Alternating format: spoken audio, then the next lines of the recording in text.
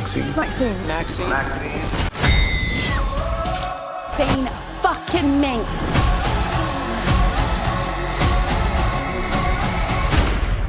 Nicely done. Hello guys, কেমন আছো সবাই? আশা করি সবাই খুব ভালো আছো। তোমরা কিন্তু ইতিমধ্যে আমাদের এই চ্যানেলে এক্স সিরিজের পার্ল এবং এক্স দুটো সিনেমার এক্সপ্লেন দেখেছো। আর আজকে আমরা এই সিনেমা দুটোর সিকুয়েল তৃতীয় সিনেমাটি যেটা নাম হচ্ছে ম্যাগজিন, সেটা সম্পর্কে জানবো। আর এই সিনেমাটার IMDb রেটিংও কিন্তু যথেষ্ট ভালো, 10-এ 6.3, এবং কাহিনী আগেরটার সাথে পুরোপুরি কানেক্টেড। মানে আগের পর্বে যে ম্যাগজিন ছিল সেই ম্যাগজিনকে নিয়ে এই সিনেমার কাহিনী। তো যাই হোক, আগের সিনেমা না দেখলে এই সিনেমা বোঝা একটু কষ্ট হয়ে যাবে। তো যাই হোক, সিনেমার শুরুতে আমরা ম্যাগজিনের ছোটবেলার একটা ভিডিও দেখতে পাই, যেখানে ওর বাবাকে বলছিল যে ও একদিন স্টার ডান্সার হবে, মানে অনেক বড় ডান্সার হওয়ার শখ, সেই পার্লের মতোই। তো এখানে সিন কাট হয় এবং আমরা বর্তমানে প্রেজেন্টের ম্যাগজিনকে দেখি, যে একটা সিনেমার অডিশনে এসেছে। এবং জাজ এবং ম্যাগজিনের কথাবার্তা থেকে আমরা জানতে পারি ম্যাগজিন কিন্তু এখনো পর্ন ইন্ডাস্ট্রিজে কাজ করে, মানে মিয়া খালিফার মতো। কিন্তু পর্ন ইন্ডাস্ট্রিজ থেকে সে অনেক বেশি খ্যাতি অর্জন করেছে, লাইক অ্যাঞ্জেলিনা হোয়াইট। কিন্তু সে পর্ন ইন্ডাস্ট্রি ছেড়ে বর্তমানে সানি লিওনের মতো সিনেমা ইন্ডাস্ট্রিতে নাম করতে চায়। আর এখানে আমরা দেখতে পাই ম্যাগজিন খুবই কনফিডেন্ট এবং আত্মবিশ্বাসী। আর হবেই না কেন, যে পর্ন করতে পারে তার মতো আত্মবিশ্বাস আর লজ্জা শরম ভাঙা কে আছে? তো ওর এই আত্মবিশ্বাসের কনফিডেন্স দেখে জাজ এলিজাবেথ, বা যে আর কি সিনেমাটা ডিরেক্ট করবে, সে ইমপ্রেসড হয়ে যায়। তো এখান থেকে সিন শিফট হয় এবং আমাদের একটা নিউজ দেখানো হয়, যেখানে একটা সিরিয়াল কিলারের কথা বলা হয়, যাকে নাইট স্টকার বলা হয়। তবে সেই সিনেমার মেইন ভিলেন নয়। তো যাই হোক, এর সাথে শহরে চলা বিভিন্ন আন্দোলন দেখানো হয়, যেখানে কিছু মানুষ হলিউড এবং এই পর্ন ইন্ডাস্ট্রিজের বিরুদ্ধে আন্দোলন করছে, যে তাহলে কি পরবর্তীতে আমাদের বাচ্চারা গিয়ে পর্ন ইন্ডাস্ট্রিতে যাচ্ছে, আমাদের বাচ্চারা কি হলিউডের শিকার হবে? তো যাই হোক, এরপর আমরা ম্যাগজিনকে দেখি যে তার সিনেমার শুটিং এর জন্য প্রস্তুত হচ্ছিল। তো সেখানে ম্যাগজিনের একজন কোয়ার্কার আসে, যার নাম হচ্ছে অ্যাম্বার। সেও একটা পর্ন স্টার এবং সে ম্যাগজিনকে একটা পার্টিতে ইনভাইট করে, কিন্তু ম্যাগজিন তাকে না বলে দেয়। আর ওই রাতেই ম্যাগজিনকে তার বাড়িতে তার এজেন্টের সঙ্গে কথা বলতে দেখা যায়, মানে সেই ম্যাগজিনকে সব কাজ ডিল মিলে এনে দেয়। তো এরপর সে তার বন্ধু লিওনের সঙ্গে দেখা করে। তো ম্যাগজিন তাকে বলে যে সে একটা হরর মুভির লিড রোলের অডিশনে সিলেক্ট হয়েছে। আর তারপর আমরা ম্যাগজিনকে একটা বারে যেতে দেখি, আর ওই বারে সে টাকার বিনিময়ে শো গার্ল হিসেবে কাজ করে। আর ওইখানে আমরা একজন কালো গ্লাভস পরা এবং জ্যাকেট পরা লোককে দেখতে পাই, যে ম্যাগজিনের এই দৃশ্য দেখে অনেক রেগে যায় এবং বাইরে লাগানো কাঠের বোর্ডটাই ভেঙে ফেলে। তো হয়তো ম্যাগজিনের উপর তার একটা রাগ রয়েছে, তবে এই লোকটাকে এটা আমাদেরকে দেখানো হয় না। আর এটাই সিনেমার সবচেয়ে বড় রহস্য। তো এরপর বার থেকে ফিরে যাওয়ার সময় ম্যাগজিন করে কি তার সহকর্মী ট্যাবির সঙ্গে দেখা করে এবং সেই সিরিয়াল কিলারের ব্যাপারে কথা হয়। তো ট্যাবি যাওয়ার সময় ম্যাগজিনকে একটা পার্টিতে ইনভাইট করে, কিন্তু ম্যাগজিন ট্যাবিকে মানা করে দেয় এবং সেখান থেকে নিজের বাসার দিকে চলে যায়। মানে সবাই ওকে খালি পার্টিতে ইনভাইট করে। তো পথে আমরা দেখতে পাই একজন ম্যাগজিনের পিছু নিয়েছে, আর সে চাকু দেখিয়ে ম্যাগজিনকে থ্রেট দেয়। কিন্তু যখনই ম্যাগজিন তার দিকে বন্দুক তাক করে, ওই লোকটা ভয় পেয়ে যায়। সে বলে আমি তো শুধুমাত্র মজা করছিলাম। কিন্তু ম্যাগজিন একদমই মজার মুডে ছিল না, এবং ওই লোকটাকে ল্যাংটা করে মনে করে কোন টাইপ যে শিক্ষা দেয় এটা আমি দেখাতে পারছি না, এমন শিক্ষা দিয়ে জীবন আর একক কোনো মেয়ের উপর আক্রমণ করবে না। তো যাই হোক, ম্যাগজিন জাস্ট এটাই বলে, দেখ লাস্ট টাইম আমাকে যখন কেউ মারার চেষ্টা করেছিল, আমি ওর মাথাটা জাস্ট গাড়িতে পিষে দিয়েছিলাম। আর তোমাদের নিশ্চয়ই মনে আছে এটা কার কথা বলছে, ওই পার্লের কথা, প্রথম পার্টের পার্ল। তো এরপর সিন বদলে যায়, আমরা ম্যাগজিনকে লিওনের সঙ্গে বাসায় দেখি, মানে ওর বয়ফ্রেন্ড হয়তো। আর সে দরজায় একটা নক শুনতে পায়। তো চেক করতে গিয়ে সে দেখে যে একটা লোক লিফটে উঠে চলে যাচ্ছে। আর তখনই ম্যাগজিনের চোখ যায় নিচে রাখা একটা এনভেলপে, যার মধ্যে একটা ভিসিআর টেপ ছিল। তো ওটা প্লে করলে সে জানতে পারে যে এটা একটা পুলিশ এভিডেন্স, যার মধ্যে ওই ফার্ম হাউসে যে শুট করা হয়েছিল, মানে ওখানে তো ম্যাগজিন তোমার পর্ন স্টার হিসেবে শুট করেছিল, সেটার কিছু ভিডিও ক্লিপ ছিল। তো এই ভিডিও ক্লিপ দেখে ম্যাগজিন একটু ভয় পেয়ে যায়। তবে আমাদের মাথায় এখন প্রশ্ন আসে, এই ভিডিও ক্লিপ থাকা সত্ত্বেও কেন ওই ঘটনায় ম্যাগজিন এখনো বাইরে রয়েছে? এটার প্রশ্ন তো উত্তর তুমি পরে পাবে। তো যাই হোক, তখনই লিওনের ঘুম ভেঙে যায়। আর এটা দেখে ম্যাগজিন তাড়াতাড়ি টেপটা লুকিয়ে ফেলে। আর লিওন জিজ্ঞাসা করে কি হলো, বাট ম্যাগজিন কিছু বলে না। আর এদিকে ম্যাগজিনের বাড়ির বাইরে আমরা দেখি লিফটে সেই লোকটাকে কালো গ্লাভস পরা লোকটার সাথে কথা বলছে, যার কথাই সে ম্যাগজিনের উপর নজর রাখছিল। মানে কালো গ্লাভস পরা লোকটা এখানে মেন। তো সিন এখানে কাট হয়, আর একটা ভিডিও দেখানো হয়, যেখানে আমরা দেখি অ্যাম্বার আর ট্যাবিকে, যাদেরকে ওই কালো গ্লাভস পরা লোকটা কিডন্যাপ করেছে, এবং তাদের সাথে আরো অনেকজনকে আমরা দেখতে পাই। এবং পরের দিন সকালে পুলিশ ট্যাবি আর অ্যাম্বারের মৃতদেহ পায় পুকুরে,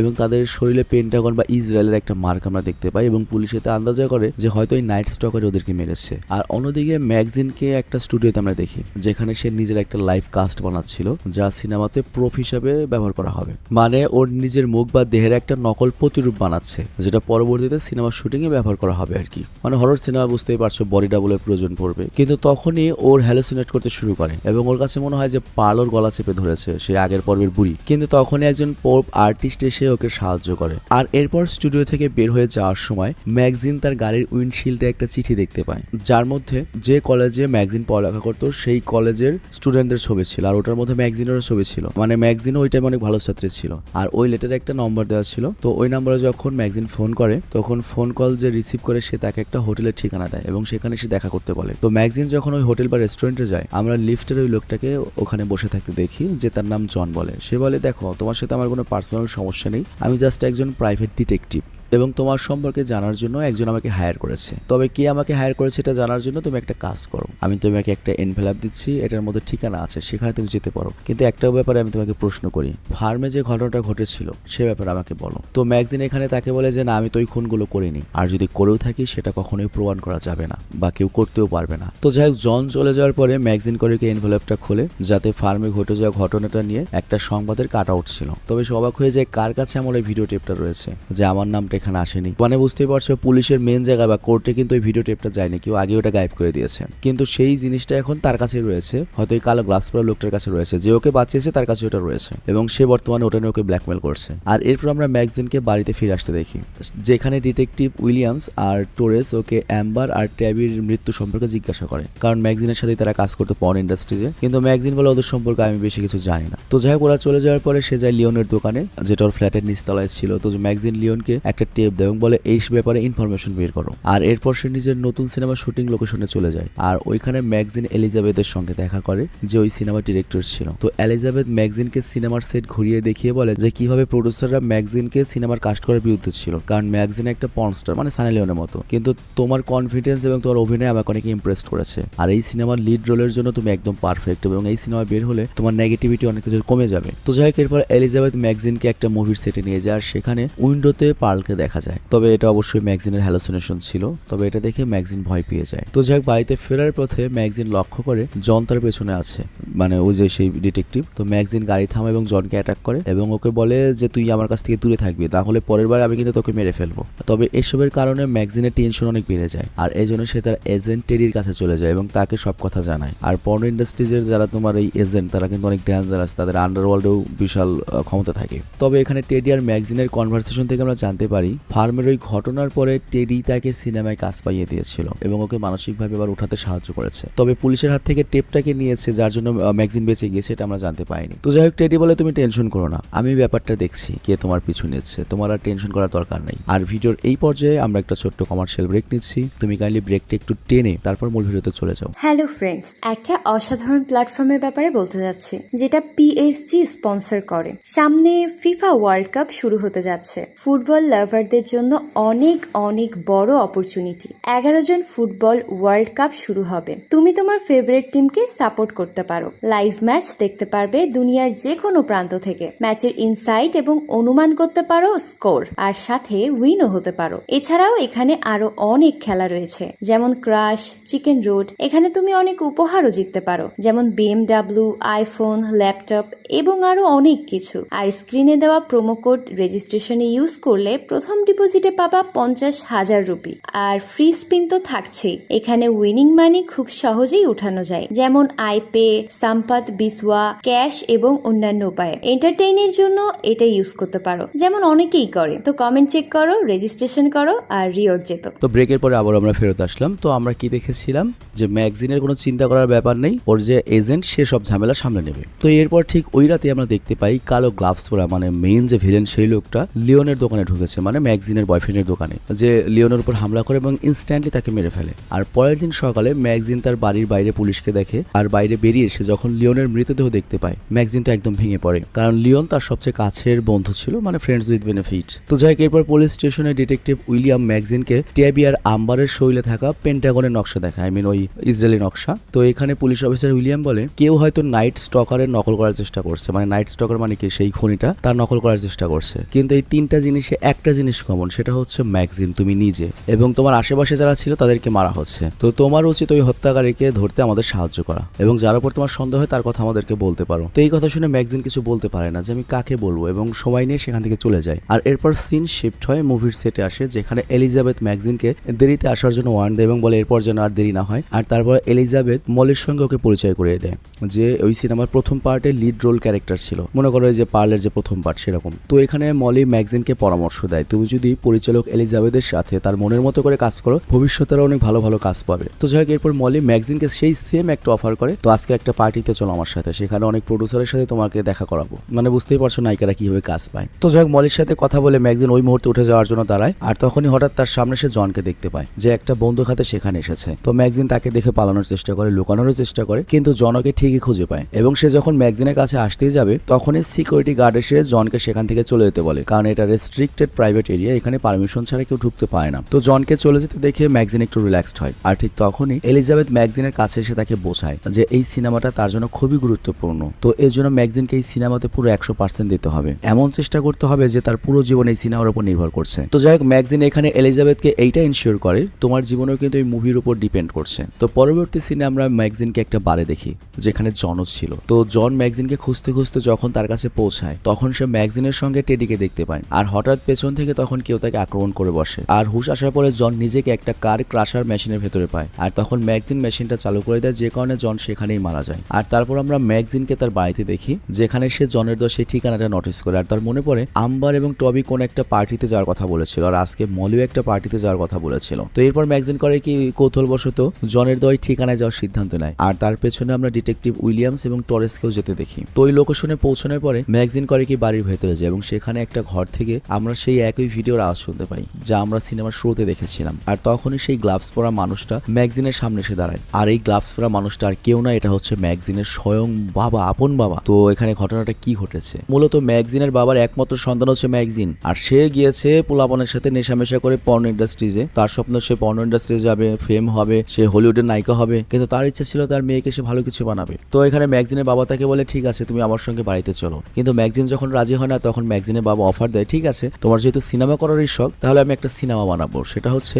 হলিউডের যে ডার্ক সাইডগুলো আছে সেগুলো আমরা এক্সপোজ করব। ওই সিনেমাতে আমরা দেখাবো যে কিভাবে হলিউডের লোকেরা শয়তানের পূজা করে, আর এই কারণে তারা অশ্লীল এবং ভায়োলেন্ট জিনিস প্রচার করে, আর এভাবেই তরুণ তরুণীরা ম্যানিপুলেট হয় যে এইটাই লাইফ, সংসার করা, ভালো কিছু করা এটা লাইফ নয়, ফেম আর হচ্ছে টাকা পয়সা আবল তাবল ঘুরবে এইটাই লাইফ। বুঝতে পেরেছো ব্যাপারটা কি? খালি আমাদের দেশে এটা না, হলিউডের বাপ মারাও এটা পছন্দ করে না অনেকেই, এমনকি জনি সিনসের বাবা মা আজ পর্যন্ত জনি সিনসের পরিচয় দেয় নাই, তুমি জনি সিনসের বাবা মার তথ্য কোথাও পাবে না, মিয়া খালিফার সীমাবদ্ধতা বাড়ি থেকে বের করে দিয়েছে। তো যাই হোক, ম্যাগজিনের বাবা তখন বলে তার সাথে আরো অনেক পিতামাতারাও যুক্ত রয়েছে যাদের সন্তানদের হলিউডের এই ফেম, পর্ন ইন্ডাস্ট্রিজের এই ফেম ছিনিয়ে নিয়েছে, আর এরপর সে বলে তোমার ভেতরে থাকা শয়তানটাকে আমি বের করে আনবো, হলিউড শয়তানের আন্ডারে তুমি পজেসড হয়ে গিয়েছো। তো এটা শুনে ম্যাগজিন ভয় পেয়ে পালাতে চায়, কিন্তু তার পা একটা সুটকেসের সঙ্গে বাড়ি খায় যেখানে মলির কাটা শরীরটা ছিল, মানে বুঝতেই পারছো মলিকে ওর বাবাই মেরেছে। তো যাই হোক, ম্যাগজিনের বাবা তখন ম্যাগজিনকে একটা প্লাস্টিক ব্যাগ দিয়ে সাফোকেট করে, মানে শ্বাসরোধ করে, আর এর ফলে ম্যাগজিন বেহুশ হয়ে যায়, আর হুশ আসলে ম্যাগজিন দেখে তাকে বেঁধে রাখা হয়েছে, আর এখানে সে তার বাবার সঙ্গে আরো অনেক মানুষকে দেখতে পায়। বেসিক্যালি এদের সবার সন্তানকেও তারা হারিয়েছে এবং তারা সবাই একটা কালচারের সদস্য যারা তাদের সন্তানকে হলিউড থেকে বাঁচাতে চায়। তো যাই হোক, ম্যাগজিনের বাবা তাকে বলে দেখো এই সিনেমাটা তোমাকে বানাতে হবে, হলিউডের পুরো কালো সত্য আমরা প্রচার করব, তুমি খুব ফেমাস হয়ে যাবে যেটা তুমি সবসময় চেয়েছিলে। আর তারপর সে ক্যামেরার সামনে এসে বলে আজকে আমি একটা এক্সোরসিজম করব, আর তাতেই আমার মেয়ে সুস্থ হয়ে যাবে, হলিউডের ওই পজিশন চলে যাবে, এবং আমরা দেখাবো যে হলিউড একটা কাল্ট যেটা আমাদের ছেলে মেয়েদেরকে লোভ দেখিয়ে নিজেদের দলে নিয়ে নিচ্ছে, এবং এটা একটা নেশা এবং শয়তানের একটা চক্রান্ত। তো এমনটা বলতে বলতে ওরা ম্যাগজিনের কাছে যায়, আর ম্যাগজিনকে বলে তোমার বাবাকে তুমি সাপোর্ট করো। তো মূলত এখানে ওকে পজেস্ট হওয়ার নাটক করতে হবে যে হলিউডের মানুষরা ওকে পজেস্ট করেছে যাতে পর্ন ইন্ডাস্ট্রিজে বা হলিউডের সিনেমা করে, এবং ওরা এখানে পজিশন ছাড়াবে। আর তখনই এখানে ডিটেকটিভ উইলিয়ামস এবং টরেস চলে আসে এবং সবাইকে সারেন্ডার করতে বলে, কিন্তু তখন সেখানে থাকা লোকজন ওদের উপর গুলি চালায়, আর এরই মাঝে ম্যাগজিনের বাবা কিন্তু পালাতে সামর্থ্য হয়, কিন্তু দুজন ডিটেকটিভ তার পিছনে ম্যাগজিনে একটা ধারালো ছুরি ইউজ করে নিজেকে মুক্ত করে ফেলে, আর ওই দিকে আমরা দেখতে পাই ম্যাগজিন ডিটেকটিভ টরেসকে আহত অবস্থায় দেখতে পাই, আর ঠিক তখনই গুলির শব্দ শুনে। তো ম্যাগজিন যখন আওয়াজের পিছনে ডিটেকটিভ উইলিয়ামসকে দেখতে পায়, সে দেখে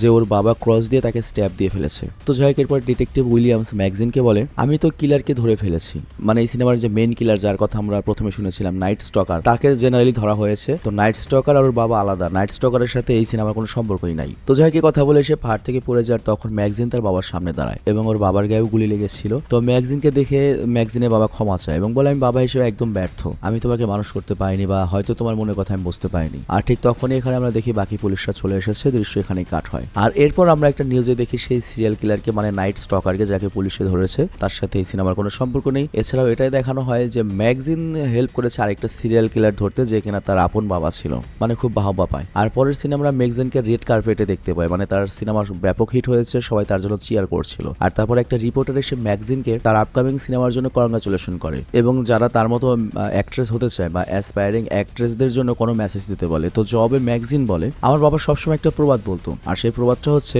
I will not accept A life that I don't deserve, মানে আমি এমন লাইফ নিব না যেটা আমি ডিজার্ভ করি না। আর তখন ওই দিনের ফ্ল্যাশব্যাক আমাদের দেখানো হয় যেদিন ম্যাগাজিনের বাবা তার কাছে ক্ষমা চেয়েছিল। তবে পুলিশ আসার আগেই ম্যাগাজিন তার বাবাকে বলেছিল, না বাবা তুমি ফেল করো নি তো, কারণ আমি যেটা চাই সেটা পেতে যাচ্ছি, আবার তুমি যেটা চেয়েছিলে সেটাও তুমি পেয়েছো। আর এই কথা বলে ম্যাগাজিন তার বাবার মাথায় গুলি করে দেয়। মানে বুঝতেই পারছো ডায়লগটা হচ্ছে I will not accept A life that I don't deserve, মানে এটা খাঁটি বাংলা ব্যাপারটা এরকম, আমার যা ইচ্ছা তাই করবো, বা আমি যেরকম লাইফ আমি ডিজার্ভ করি না সেরকম লাইফ আমি নেবো না, মানে ও অ্যাক্ট্রেসই হবে, পর্ন ইন্ডাস্ট্রি থাকবে, এটাও লাইফ। তো যাই হোক, এর 1 মাস পরের অবস্থা আমাদেরকে দেখানো হয় আর আমরা ম্যাগাজিনকে তার মুভির সেটে দেখি।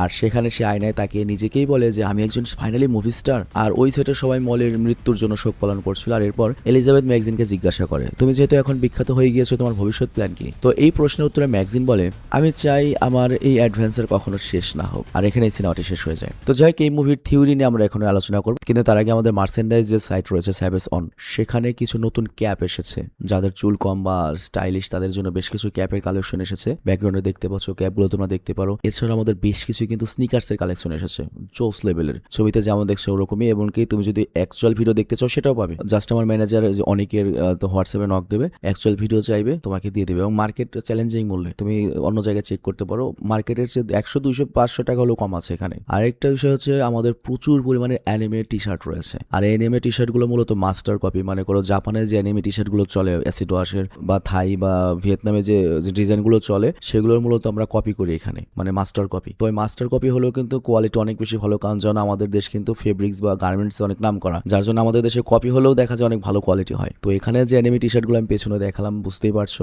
অনেক কোয়ালিটি অনেকগুলো রয়েছে। মাত্র 550 থেকে 650 টাকা, 600 টাকার মধ্যে পেয়ে যাবে। এক একটার এক এক দামে ওয়েবসাইটে গিয়ে দেখো। তো যাই হোক, আরো অনেক কিছু রয়েছে এবং প্রতিদিনই নতুন নতুন প্রোডাক্ট অ্যাড হয়। তোমরা অন্তত সপ্তাহে একবার হলেও ওয়েবসাইটটা অন্তত ভিজিট করো। এবং খুব শীঘ্রই আমরা মেয়েদের প্রোডাক্ট অ্যাড করবো, তখন তুমি তোমার গার্লফ্রেন্ডকে প্রোডাক্ট গিফট করতে পারবে। তো যাই হোক, এবার চলো আমরা মুভির থিওরিতে চলে যাই। তো এখানে যে থিওরিটা রয়েছে সেটা খুবই স্ট্রেট ফরওয়ার্ড, যেমন বলেছি অদ্ভুত থিওরি। তো এখানে প্রশ্ন করা হয়েছে, ম্যাগাজিন কি সত্যিই ফেম পেয়েছিল নাকি এটা তার কল্পনায় ছিল? আর এটা আমি এই কারণেই বলছি, কারণ ম্যাগাজিন তার বাবাকে যখন কনফ্রন্ট করলো যে পুলিশ আসার সময় ম্যাগাজিন সিনারিওটা কল্পনা করে এবং কল্পনা করে যে সে সিরিয়াল কিলারকে ধরতে সাহায্য করেছে, যেমন টিভি ইন্টারভিউ, রেড কার্পেট ইত্যাদি, কিন্তু রিয়েলিটিতে এসে সে তো তার বাবাকে মেরে ফেলে। তো জেনারেলি ওকে আসলে ওটা অ্যাচিভ করেছে নাকি ওই অ্যাচিভ করার আশায় পরিবার সব ছেড়ে মেরে, মনে করো বাংলাদেশে যেমন টিকটকার হচ্ছে, এরপর মাগিগিরি করছে, কক্সবাজার আছে। সিরিয়াসলি আমি সরাসরি স্ট্রেট কাট কথা বললাম, তুমি ঢাকার বারে যাও, যে কয়টা বারে যাবে দেখবে বেশিরভাগই টিকটকার ওই বারে অ্যাভেলেবল থাকে সবসময়। বারে যাও, দেখবে নায়িকার মতো মেয়ে, যেগুলোকে রাস্তায় দেখলে তুমি ভয় পাবে কথা বলতে, অফার দিতে ভয় পাবে, তারা বাড়ি গিয়ে মাসে কয়েক লাখ টাকা কামিয়ে নিচ্ছে। কক্সবাজার ট্যুর দিলে তো কথাই নেই। বাংলাদেশেও কিন্তু সেম এই টাইপ লাইফ হচ্ছে। তারপর দেখো যত খারাপ খারাপ মানুষ আছে তারা ফেসবুক, ইউটিউব দিয়ে মনে করে এখন 1 কোটি টাকার গাড়িতে চলছে। ওই একটা নাম না বললাম খারাপ শোনা যায়, ওই জামাই ছেড়ে আসলো, মানে একবারে 3rd গ্রেড ছিল, সে দেখো এখন কত বেশি ধনী। আমরা এত বছর ধরে 1 কোটি টাকার গাড়ি কিনতে পারি নাই, অথচ বাংলাদেশে একসময় টপ ইউটিউবার ছিলাম আমি আয়ের দিক দিয়ে, মানে ফেসলেস ইউটিউবিং এর এরাই কিন্তু আমি রাজত্ব করেছি। এক কথায় র্যান্ডম ভিডিও চলে 3টা ভিডিও হয়ে গেছে, প্রত্যেকটা ভিডিও 500 কে 1 মিলিয়ন। তখন ইউটিউবার এত ছিল না, আমাদের রেভিনিউ ছিল মনে করো 8-10 লাখ টাকার উপরে, আমরা কিছু করতে পারি না। কিন্তু এখন দেখো একটা মেয়ে হলেই কত সুবিধা। তো ওই বাকি যে মেয়েরা দেখছে আরে ও নটিগিরি করে ও কোটিপতি হচ্ছে, তখন ওই মেয়ে চিন্তা করছে দূর বেড়া গার্মেন্টসে চাকরি করুম কেন, যাই টিকটক শুরু করি, বারে যাই, অমুক করি, বড় বড় লোকেদের কাছ থেকে খ্যাপ মারবো, কোটিপতি হয়ে যাবো। বাংলাদেশের নায়িকাগুলোকেই দেখো কয় টাকা ইনকাম বাংলাদেশের, নায়করা ফকিরের মতো চলে আর নায়িকাদের দেখো কোটি কোটি টাকার মনে করো যে থাকে। তো ওই রিয়েলিটিটা এখানে দেখানো হয়েছে যে আমেরিকাতেও সেম একই অবস্থা এবং সবাই এখন পতিতাবৃত্তি, মানে ইজি মানিটাকেই বেছে নিয়েছে। আগে মানুষ যৌনাঙ্গকে মনে করতো যে ইজ্জত, এখন মানুষ যৌনাঙ্গকে মনে করে মুতার জায়গা, এর বাড়তি কিছু না। কারণ এখন মানুষ সমাজবদ্ধ নাই, সমাজে কি বললো না বললো কেউ কেয়ার করে না। তো আস্তে আস্তে ভবিষ্যতে বাংলাদেশের অবস্থা আরো খারাপ হবে এবং আমি চিন্তা করছি তোমরা ভাই কি বলছে পাইবা, আমাদের তো আগে মানুষটা মোটামুটি জায়গাছে গেছে, তোমরা যে কি পাবে এবং আমাদের পয়পোলাবান যে কি পাবে ভাই, ওদের যে সংসারে কি অশান্তি হবে এটা ভবিষ্যতে বলে দেবে। তবে একটা প্রবাদ রয়েছে যে যেরকম সেরকম মানুষ পাবে, তবে এটা সব ক্ষেত্রে প্রযোজ্য না, এগুলো জাস্ট কথার কথা। ওই যে তোমার কলগাল মলগাল থাকে, তারা কোটি কোটি টাকা কামিয়ে দেখবে অনেক বুড়া মানুষ থাকে যাদের বউ নাই বা অনেক এত কোটি টাকার মালিক, অবৈধভাবে এত কোটি টাকার মালিক হয়েছে, তারা এরকম 8-10টা মনে করো কলগাল পালে, মানে এই ভাইরাল কলগাল, তাদের কাছে শখ যে ভাইরাল হয়েছে ওর দাম বেশি হয়ে গিয়েছে। আন্ডারগ্রাউন্ডে এরকম একটা জিনিস চলে, বাংলাদেশেও চলে একবারে হলিউডের মতোই। তো যাই হোক, আমি বিদায় নিচ্ছি, ভালো থেকো, সুস্থ থেকো, টেক কেয়ার, বাই বাই।